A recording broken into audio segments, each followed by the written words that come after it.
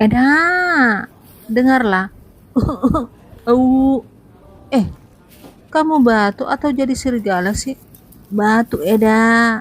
Udah seminggu aku batuk nggak sembuh-sembuh. Aku lihat ada jahe dan kunyitmu.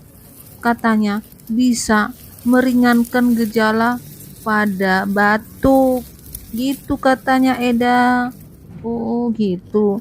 Jadi batuk ini memang bisa disebabkan oleh berbagai hal seperti infeksi virus, alergi, asma, atau infeksi bakteri. Jadi, pengobatannya beda-beda memang, tapi mungkin batukku ini karena kekeringan di Indonesia ini ya, udah kering ini dah. Nih, ini batuk kering. Jadi cocoknya campuran jahe sama kunyit ini Eda. Ya, bagilah dulu ya.